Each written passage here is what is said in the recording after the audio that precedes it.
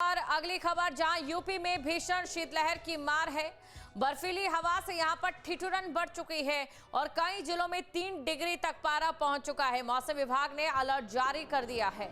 तो मौसम विभाग की ओर से अलर्ट जारी कर दिया गया है। ये बड़ी खबर आपको बता रहे, ठिठुरन यहां पर बढ़ चुकी है। और अगर 2023 से लेकर अब तक की बात करें तो कल का जो दिन है वो सबसे ज्यादा ठंडा दर्ज किया गया है। ये बड़ी खबर आपको बता रहे, देखिए अंदाजा आप लगा सकते हैं, कई ऐसे जिले हैं जहां पर 3 डिग्री के करीब जो है तापमान वो दर्ज किया गया है। यूपी में भीषण शीतलहर की मार, बर्फीली हवा से ठिठुरन बढ़ चुकी है। तो ये बड़ी खबर आपको बता रहे, कई जिलों में 3 डिग्री तक पारा पहुंच चुका है। मौसम विभाग ने अलर्ट जारी किया है और 30 से अधिक जिलों में भीषण शीतलहर है। कई जिलों में बारिश को लेकर अलर्ट जारी किया गया है। तो कई जिलों में बारिश को लेकर अलर्ट जारी किया गया है। ये बड़ी खबर आपको बता रहे हैं, यूपी में जहां पर भीषण शीतलहर की मार इस समय देखने को मिल रही है। लोग अलाव का सहारा ले रहे हैं, बर्फीली हवाएं चल रही हैं, पश्चिमी विक्षोभ लगातार सक्रिय हो रहे हैं और पश्चिमी विक्षोभ और साथ ही हिमालय से चलने वाली बर्फीली हवाओं के कारण यूपी और पूरे अगर बात हम नॉर्थ इंडिया की करें तो यहाँ पर सबसे ज्यादा ठंड देखने को मिल रही है। हालात ये हैं कि दिल्ली का आया नगर 2 डिग्री तापमान, यूपी के कई जिले जहां पर 3 डिग्री तापमान न्यूनतम रहा है। तो आप अंदाजा लगा सकते हैं कि पहाड़ी राज्यों से भी ठंडे इस समय दिल्ली या फिर यूपी या हरियाणा के जो कुछ जिले हैं या दिल्ली है वो नजर आ रहा है। तो बड़ी खबर आपको बता रहे, 30 से अधिक जिलों में इस समय भीषण शीतलहर का प्रकोप देखने को मिल रहा है। कई जिलों में बारिश का अलर्ट भी है और सबसे बड़ी बात देखिए, ठंड जो है लगातार पड़ रही है, पाला लगातार पड़ रहा है, लेकिन क्योंकि बारिश नहीं हो रही है इस वजह से लोगों को काफी समस्याओं का सामना करना पड़ रहा है, क्योंकि ये सूखी ठंड है जिस वजह से अस्पतालों में भी लंबी कतारें देखने को मिल रही हैं। और वहीं दूसरी तरफ बात अगर हम करें किसानों की, तो किसानों को भी काफी ज्यादा नुकसान हो रहा है। इस समय ठंड को लेकर किस प्रकार की तस्वीरें हैं, अब इसके बारे में भी आपको हम जानकारी दे देते हैं। देखिए यूपी की अगर सबसे पहले हम बात करें तो यूपी में इस समय भीषण शीतलहर की मार देखने को मिल रही है। बर्फीली हवा से यहां पर ठिठुरन बढ़ चुकी है और कई जिलों की अगर हम बात करें तो 3 डिग्री तक जो पारा है वो पहुंच चुका है। तो बर्फीली हवा इस समय ठिठुरन बढ़ा रही है और इसी के साथ कई जिलों में इस समय 3 डिग्री तक जो पारा है वो पहुंच चुका है। यानी कि आप अंदाजा लगा सकते हैं, जो पहाड़ी राज्य हैं, मसूरी या फिर जो पहाड़ी राज्यों के कुछ खास शहर हैं, वहां से भी ठंडा इस समय यूपी का माहौल बना हुआ है। मौसम विभाग ने अलर्ट जारी किया है, 30 से अधिक जिलों में इस समय भीषण शीतलहर चलेगी और कई जिलों में बारिश को लेकर अलर्ट जारी किया गया है, जो कि किसानों के लिए खुशखबरी के तौर पर भी रह सकता है। क्योंकि अभी देखिए सूखी ठंड पड़ रही थी जिससे किसानों को काफी ज्यादा समस्याओं का सामना करना पड़ रहा था। सूखी ठंड की वजह से किसानों की जो खेती है उसे भी काफी ज्यादा नुकसान हो रहा था। और साथ ही तमाम संवाददाता इस समय हमारे साथ जुड़ चुके हैं। अमित चौधरी हमारे साथ नोएडा से जुड़ चुके हैं और राजू कुमार हमारे साथ वाराणसी से जुड़ चुके हैं। सबसे पहले अमित आपके पास आना चाहूंगी, देखिए ठंड बढ़ चुकी है। दिल्ली एनसीआर की बात करें तो 3 से 2 डिग्री न्यूनतम तापमान कल रहा है, यानी कि बेहद ठंडा रहा है और इसी के साथ शीतलहर की वजह से प्रदूषण में भी थोड़ी कमी आई है। अमित,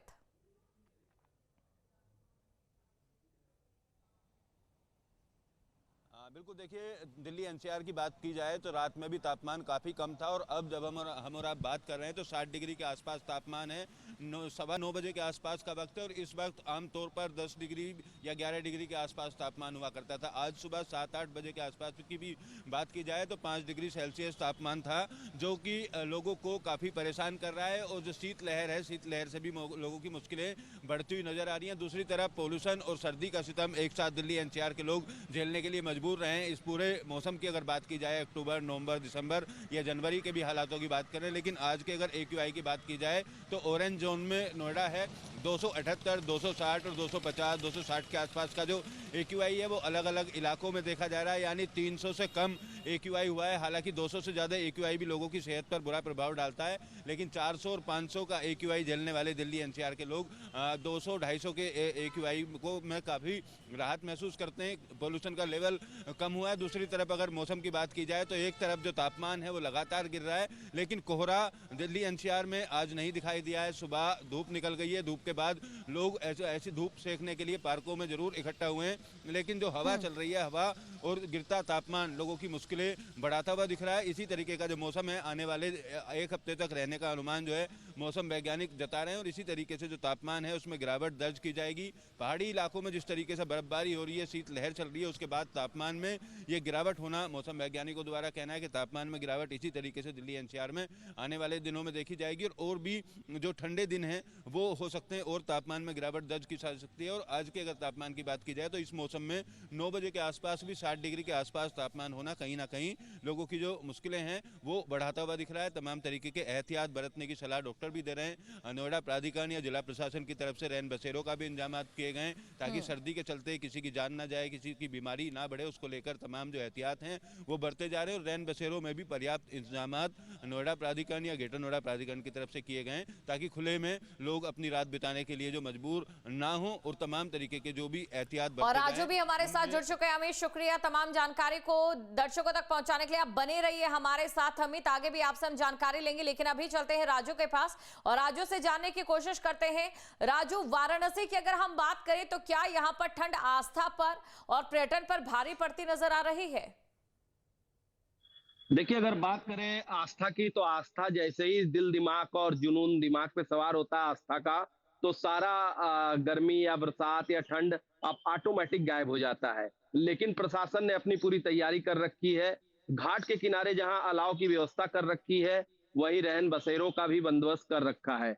जगह जगह समाज सेविक जहां कंबल वितरण कर रहे हैं बाहर से आने वाले यात्रियों को ठंड से बचाने के लिए, तो वहीं लोगों को चाय की चुस्की भी पिलाते नजर आ रहे हैं। अगर मौसम वैज्ञानिक की माने तो पूर्वांचल में आने वाले कई दिनों में राहत भरा संदेश नहीं है, क्योंकि जिस तरीके से कड़ाके की ठंड पड़ रही है उससे जैसे ही धूप गायब हो रहा है और ऑटोमेटिक लोगों को इतना ज्यादा ठंड लग रहा है कि हॉस्पिटल, अगर सरकारी हॉस्पिटलों की बात करें तो वहां लंबी लंबी कतारें लगी हैं। लोग इलाज कर रहे हैं, सर्दी जुकाम बुखार से ग्रसित हैं, सर में दर्द होना और चक्कर आना, इस तरीके की बीमारी। ठंड में सबसे ज्यादा हार्ट के पेशेंटों के लिए दिक्कत है, क्योंकि ज्यादातर देखे गए हैं कि ठंड में हार्ट अटैक के मामले ज्यादा बढ़ते हैं। तो ज्यादा जो ठंड पड़ रही है उससे लगातार लोगों की मौत हो रही है। अगर मणिकर्णिका घाट की बात करें तो मणिकर्णिका घाट पे इस समय लाशों का कतार लगा हुआ है, लंबी लंबी कतारें लगी हैं लाशों का अंतिम संस्कार करने के लिए, क्योंकि ठंड में ज्यादातर लोगों का गांव से मौत हो रहा है, बुजुर्गों का, और उनका अंतिम संस्कार भी काशी में किया जाता है। ऐसे में अगर बात करें तो पूर्वांचल के अलग अलग जगहों पर बारिश की संभावनाएं हैं। मौसम वैज्ञानिक ने चिंता जताई है। हालांकि किसान के लिहाज से देखा जाए तो ये बारिश फसलों के लिए काफी फायदेमंद होगी, लेकिन वही जो रोजमर्रा की जिंदगी में कमाते हैं चंद पैसे, उनके लिए। बने रहिए हमारे साथ। और राहुल जब्बास भी हमारे साथ दिल्ली से जुड़ चुके हैं। सीधा हम राहुल के पास चलेंगे, जानने की कोशिश करेंगे। राहुल, कल सुबह दिल्ली के कुछ इलाकों के तापमान की अगर हम बात करें तो 2 डिग्री सेल्सियस रहा, जो कि किसी हिल स्टेशन के तापमान के जितना है। ऐसे में क्या ये ठंड दिल्ली की रफ्तार रोक पाई है?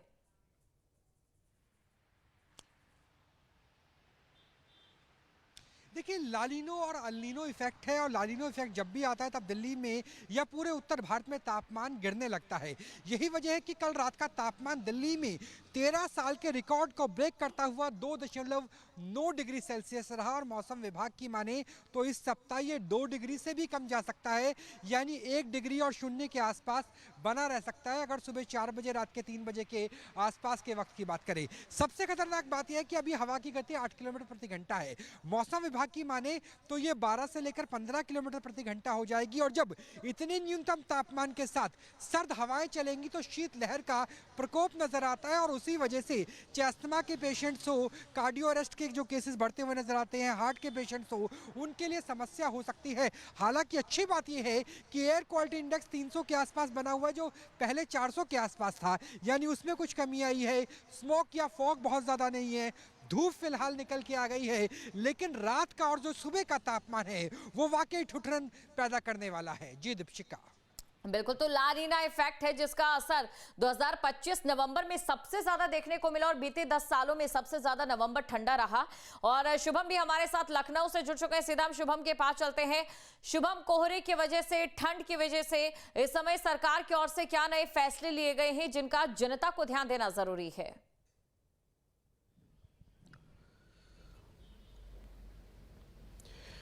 जी बिल्कुल, देखिए कोहरे और ठंडक के मद्देनज़र बीते कुछ दिनों में लगातार मुख्यमंत्री योगी आदित्यनाथ इस पूरे मामले को लेकर के अपनी तमाम बैठकें उन तमाम अधिकारियों के साथ करते हुए दिखे हैं और समीक्षा भी करी है उन्होंने जब जब मौसम खराब हुआ। तो लिहाजा इसके मद्देनज़र पहले से ही जो दिशा निर्देश दिए गए थे कि पर्याप्त मात्रा में प्रदेश भर में सभी जगहों पर अलाव रैन बसेरों की व्यवस्था की जाए, साथ ही साथ NHAI और यूपीडा को एक्सप्रेसवेज और हाईवे को लेकर के जो दिशा निर्देश दिए गए थे कि तय गति सीमा के भीतर ही वाहन चले, और लगातार लोगों को ये गाइडलाइंस लोगों तक पहुँचाई जा रही है कि अति आवश्यक होने पर ही यात्रा बाहर की करें और रात में इन तमाम जगहों पर यात्रा करने से बचें, क्योंकि कोहरा अत्यधिक होने की वजह से और एकाएक कोहरे की स्थिति हाईवे पर कई जगहों पर देखने को सामने मिलती है। लिहाजा बहुत बार ऐसी स्थिति बनती है जिसकी वजह से दुर्घटना होने की संभावनाएं भी बढ़ जाती है। ऐसे में इन संभावनाओं को कम करने के लिए ये दिशा निर्देश, ये गाइडलाइंस जारी की गई थी। फिलहाल ये सभी प्रभावी रूप से इसी को लेकर जारी की गई और आज सीएम योगी आदित्यनाथ की ओर से जो योगी की पाती लिखी गई है उसमें भी सड़क सुरक्षा नियमों का जिक्र किया गया, क्योंकि सर्दी का मौसम है, कोहरे का कहर है और जो मृत्यु दर है उसे भी शून्य करनी है। सड़क हादसों से जुड़ी हुई जो लगातार बढ़ती जा रही है। सत्यपाल के पास हम चलते हैं। सत्यपाल, देखिए इस समय जहां पर मौसम विभाग ने 30 जिलों को लेकर चेतावनी जारी की है, उसी चेतावनी में बारिश का भी अनुमान है, जो कि किसानों के लिए राहत भरी खबर है। बिल्कुल, जिस तरह से जो किसानों की खड़ी फसल गेहूं की है उसको लेकर किसान की जो अगर ठंड कम पड़ने की वजह से उनकी फसल में काफी नुकसान देखने को मिला है। किसान का भी कहना है, किसानों से जब बात हुई तो उनका साफ तौर से कहना है कि अगर जब ठंड के साथ अगर बारिश पड़ती है तो कहीं ना कहीं किसानों जो गेहूं की फसल है उसको फायदा मिलेगा। लेकिन जो ठंड की बात की जाए तो सुबह और शाम इतनी कड़ाके की ठंड पड़ रही है कि लोग अपने घरों से निकलना दुश्वार कर रहे हैं। जिस तरह से जो और उसकी प्रशासन की बात की जाए तो संभल के जिलाधिकारी डॉक्टर राजेंद्र पैंसिया की तरफ से लगातार निर्देश दिए गए, लगातार अधिकारियों के साथ बैठक की है कि जो अलाव को लेकर के नगर पालिका के जो अशासी अधिकारी उनको भी दी गई और करीब 14 जनवरी तक संभल के जिलाधिकारी के तरफ से कक्षा नर्सरी से लेकर कक्षा 8 तक के समस्त विद्यालयों को छुट्टी का अवकाश घोषित किया गया था। और उसी को लेकर के संभल के जिलाधिकारी के द्वारा रैन बसेरे जो बनाए गए उन पर लगातार निरीक्षण किया जा रहा है। तो कहीं ना कहीं जिस तरह से माना जा रहा है कि जो उत्तर प्रदेश के मुख्यमंत्री योगी आदित्यनाथ के द्वारा जो जिस तरह से ठंड को लेकर के निर्देश दिए जा रहा है तो वो संभल में देखने को मिल रहा है। लगातार संभल के जिलाधिकारी और संभल के एसपी खुद रैन बसेरा में पहुंचकर लोगों के हालचाल पूछ रहे हैं और लोगों को से जान रहे हैं कि आपको जो रैन बसेरा में सुविधा दी जा रही है कि आपको मिल रही है या ना मिल रही है। तो उसको लेकर भी कहीं ना कहीं जिस तरह से संभल प्रशासन की तरफ से लगातार जो अधिकारी कर्मचारियों के साथ बैठक कर ठंड को लेकर, ठंड से बचाव को लेकर बैठक की जा रही है। जी बिल्कुल, आप सभी का शुक्रिया तमाम जानकारी को दर्शकों तक पहुंचाने के लिए। तो ठंड का कहर इस समय पूरे उत्तर भारत में देखने को मिल रहा है। सबसे बड़ी वजह अल्नीना इफेक्ट और दूसरी तरफ पोलर इफेक्ट और साथ ही हिमालयन बर्फीली हवाएं। आपके मोबाइल पर तुरंत आएगी ब्रेकिंग न्यूज, स्क्रीन पर सबसे पहले दिखेगी बड़ी खबर, देश दुनिया की हर खबर एक जगह। अब आपके मोबाइल पर तुरंत फटाफट इंस्टॉल कीजिए न्यूज नेशन ऐप और रखिए खुद को अपडेट।